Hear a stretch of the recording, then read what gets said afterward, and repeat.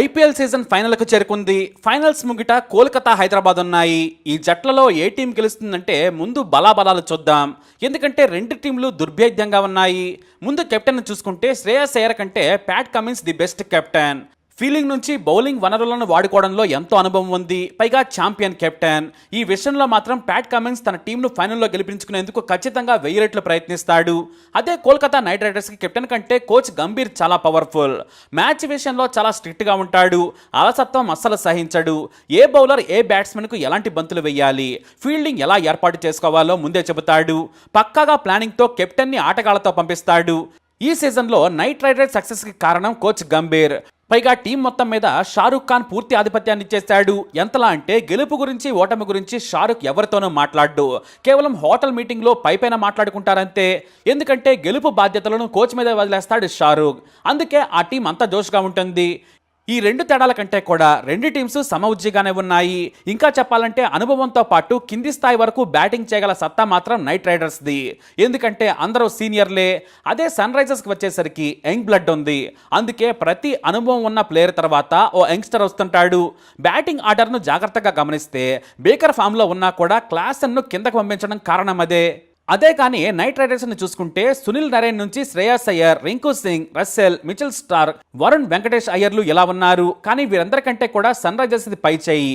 ఎందుకంటే ఉన్న వనరులతో భీకరమైన అగ్రెసివ్ అప్రోచ్తో బ్యాటింగ్ను కొత్తగా దంచొచ్చు, శృతి మెత్తగా కొట్టొచ్చని నిరూపించిన జట్టు సన్ రైజర్స్. ఓపెనర్లు అభిషేక్ శర్మ, ట్రావిస్ హెడ్లు కేవలం పవర్ ప్లే వరకు ఉంటే చాలు, స్కోరు మాత్రం 100 దాటిపోతుంది. ఒక 12 ఓవర్లు కానీ ఉన్నారంటే 150 నుంచి 180 కొడతారు. వినుల విందుగా దంచి కొట్టేస్తారు. మరి ఇలానే అటు కోల్కతాకి నరేన్ ఉన్నాడు.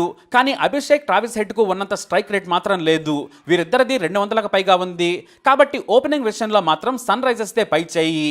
ఈ రేంజ్ పవర్ హిట్టర్స్ కోల్కతాకు లేరు. నరేన్కు తోడుగా గుర్బాజ్ వచ్చాడు. కానీ అతని సులువుగానే బాల్తా కొట్టించగలరు. అలాని తక్కువ అంచనా అస్సలు వేయకూడదు. హైదరాబాద్ ఓపెనింగ్ పేరుతో పోల్చుకుంటే నైట్ రైడర్స్ తక్కువే. ఇక పవర్ హిట్టర్స్ను చూద్దాం. రాహుల్ త్రిపాఠి ఎరగదీస్తున్నాడు. క్వాలిఫైర్స్ 2లో కూడా ఆ మాత్రం స్కోర్ చేసి గెలిచిందంటే త్రిపాఠినే కారణం. తన వ్యక్తిత్వానికి భిన్నంగా ఉతికి ఆరేస్తున్నాడు. ఆ తర్వాత మార్క్రమ్ వస్తున్నాడు. కానీ ఈ సీజన్లో చెత్తగా ఫెయిల్ అయ్యాడు. అతని స్థానంలో గెన్ ఫిలిప్స్ను ఎందుకు ఆడనివ్వడం లేదో మిస్టరీగానే నిలిచింది. ఫిలిప్స్ కూడా భయంకరమైన బ్యాట్స్మెన్. ఆ తర్వాత నితీష్ కుమార్ రెడ్డి వస్తాడు.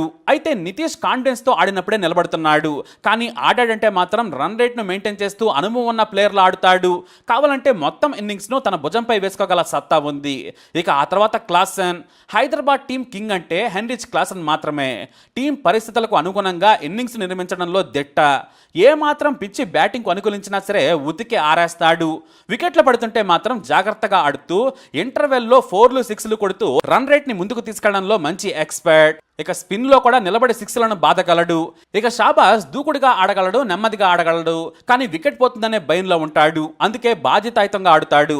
ఇప్పుడు స్పిన్ తో కూడా తడాకా చూపించాడు. చెన్నై పిచ్ మీద ఫైనల్లో మరోసారి లెఫ్ట్ హ్యాండ్ స్పిన్నర్ గా అభిషేక్ తో కలిసి 8 ఓవర్లు పంచుకునే ఛాన్స్ ఉంది. అంటే సగం బౌలింగ్ వీరికే దక్కే ఛాన్స్ ఉంది.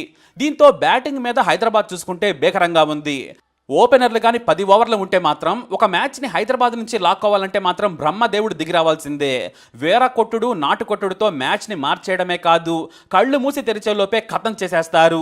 వీరిద్దరిని చూసే ఏ టీమైనా కూడా భయపడుతూ ఉంటుంది.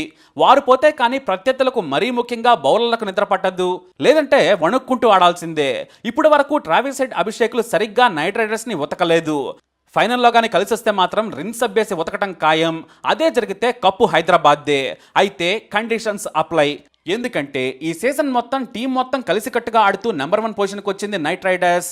ఒకరు ఆడకపోతే మరొకరు టీంని ఆదుకుంటున్నారు. ఒకరు బౌలింగ్లో విఫలమైతే మరొకరు చేయిస్తున్నారు. ఇక ఫీల్డింగ్లో కూడా నైట్ రైడర్స్ సూపర్. నైట్ రైడర్స్కు మంచి స్పిన్ బౌలింగ్ ఉంది. అందుకే దాదాపుగా 25 కోట్లు పెట్టి మిచెల్ స్టార్క్ను కొన్నది. ఆ డబ్బులకు పైసాకి పైసా వసూలు చేశాడు స్టార్క్. ఏకంగా తన టీంని ఫైనల్కు తీసుకెళ్లేలా ట్రావిస్ హెడ్ను అవుట్ చేశాడు. గతంలో 60 డజన్ సార్లు అవే బంతులతో హెడ్ని అవుట్ చేశాడు. అదే పద్ధతిలో బాదుడికి అలవాటు పడ్డ హెడ్ దొరికిపోయాడు. కానీ చెన్నైలో ఆ ఛాన్స్ ఇవ్వదలుచుకోలేదు.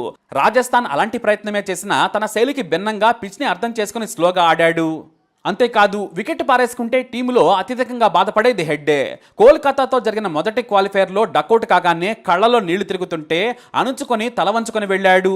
కాబట్టి ఇక్కడ స్టార్క్ వర్సెస్ హెడ్ పోటీ అదిరిపోతుంది. మిచెల్ స్టార్క్ అద్భుతమైన ఫామ్ లో ఉన్నాడు కాబట్టి అంత సులువుగా సన్ రైజర్స్ ను వదిలిపెట్టాడు.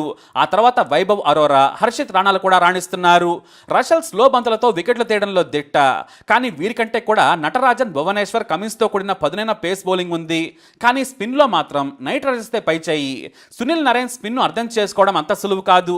కానీ ఈసారి నరైన్ను బాగా ఆడిన టీం ఉందంటే అది సన్ రైజర్సే. కాబట్టి అతనికి భయపడదు టీం. అలానే నరైన్ ఎప్పుడూ ఒకే ప్లాన్తో వస్తాడనుకోవద్దు. పైగా చపాక్ స్టేడియంలో స్పిన్ బౌలర్లదే బలం. ఇక వరుణ్ చక్రవర్తి కూడా ఎరగదీస్తున్నాడు. హైదరాబాద్ విషయానికి వస్తే నాణ్యమైన ఫుల్ టైం స్పిన్నర్లు ఉన్నారు. కానీ పిచ్ అనుకూలిస్తే బంతిని గింగిరాలు తిప్పుతామని షాబాజ్, అభిషేక్లు నిరూపించారు. మార్క్రమ్ వేయగలడు కానీ ప్రాక్టీస్ లేకపోవడంతో కాస్త బంతులు గతి తప్పుతున్నాయి. దీంతో ఒక ఓవర్ తర్వాత ప్యాట్ కమిన్స్ రిస్క్ తీసుకోలేక మళ్లీ బంతినివ్వలేదు.